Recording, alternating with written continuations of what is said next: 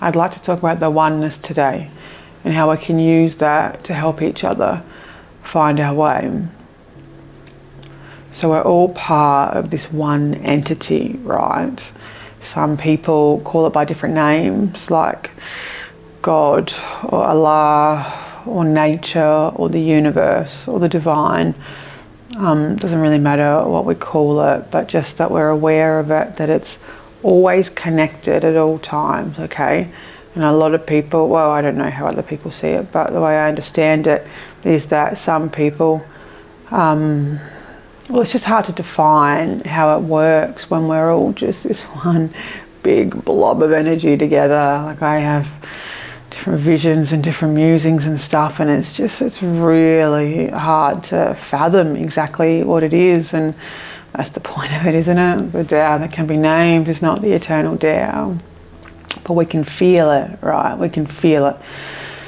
And so what I've come to realise is that if we're part of one organism, surely this means if we're on the right frequency, we can speak to any other part of that one organism at any given time. Just think of it like your human body that you dwell in, right? Like the hand looks so separate to the foot. You know, the fingers look so separate to the toes. But it's one unit, right? It's one body, just like all of us. And, you know, the fingers can talk to the toes, they can wave. The toes can do things, like we can connect. I think it's the same with people. The way I sort of see it is like we've got trillions of cells in our bodies, right, in our individual human bodies. And they're always changing, they're always dying, and they're always being born again. I think each of those cells is indicative of another piece of sentience that's here on this planet, in physical form and not even in physical form too. So what do I mean by that? I mean that I believe that I can talk to any person or any tree or any plant or any drop of water or any spirit that's passed at any time, just by looking into the mirror, just by speaking it, just by thinking it, just by feeling it. I can speak to any other piece of the oneness at any given time. I know it. It's how I live. I live it every day. The question is, like, how many people can hear it from others?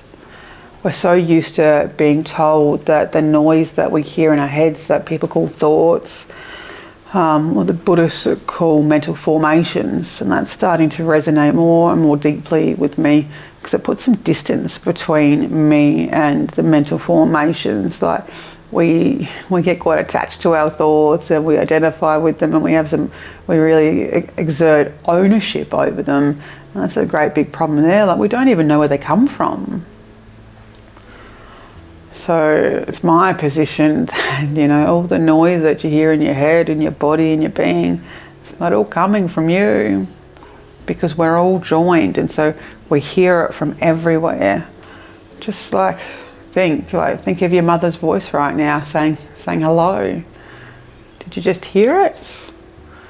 You know, think about somebody else's voice that was mean to you one time.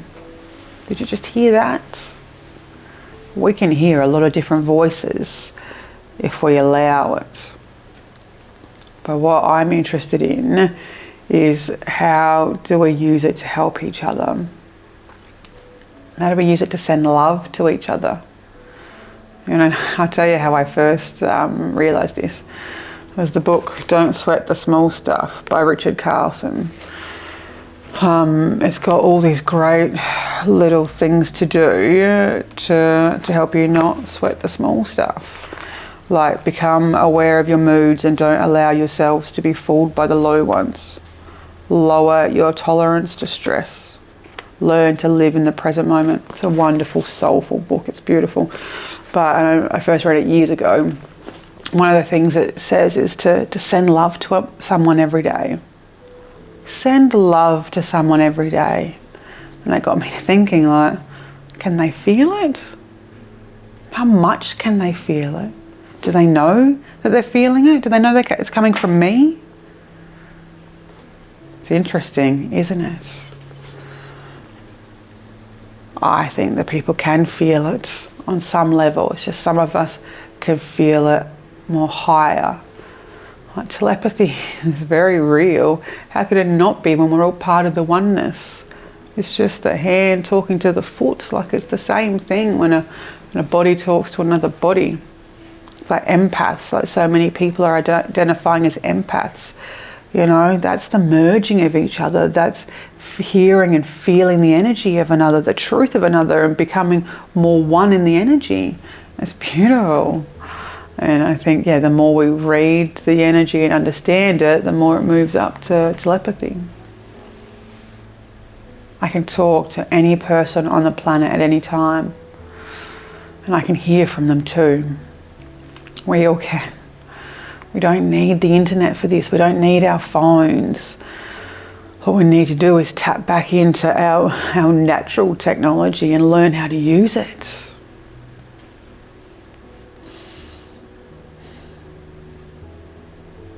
Yesterday I was learning about how bad the situation is in Gaza again, and how many people are starving, and how Israel have blocked all humanitarian efforts and aid from going in for almost 3 months now, going into the 3rd month now.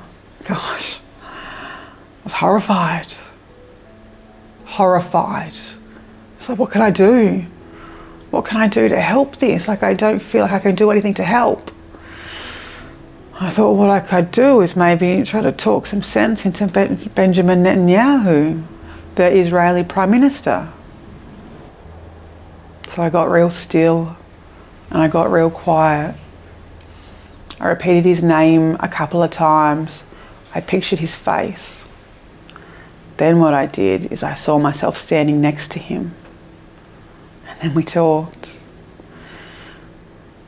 Well, I talked and he listened. Because when I do this, I'm talking to the soul of a being. I'm not talking to their ego. I have no desire to increase the hate in the world. I want to see the peace increase.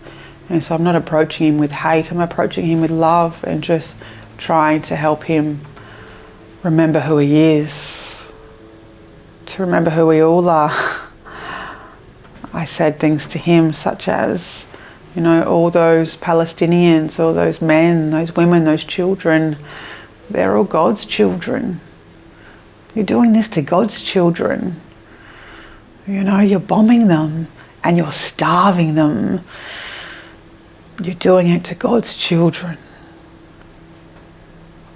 And further than that, I think, I know that all of God's children are all God as well. We're all source consciousness. We are that divine energy. So Benjamin, you're doing it to God. You're starving God. What for? Why are you doing this? Like, do you believe in this God that you refer to? Like, what do you think is going to happen when you meet your Creator? Do you think they're going to say, well done? Good job? Like, I'm really glad you did that. I don't think so.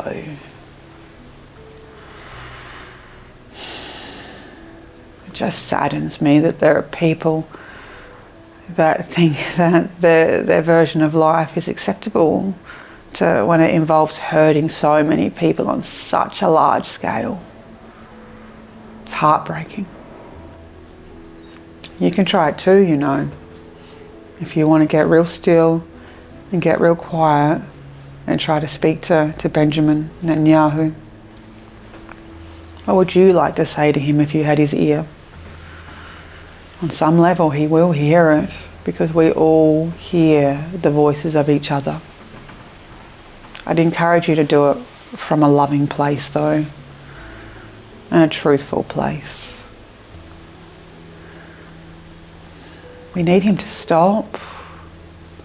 We need the bullies of the schoolyard to stop. And we've got a few of them. And collectively we're going to need to do something about this. So what can we do? That's one thing we can do. In the oneness, we are all connected at all times. Like, there's no separation. So also don't forget, like, we are all Benjamin Netanyahu, and he is us too. We're all part of the one consciousness. There's no place for hate here or bullying. We need radical acceptance. We need to learn to love each other. And when the people forget how to love, we're going to need to help remind them. Do you want to help me, friend? I hope so. Stay strong. It's brutal out here at times.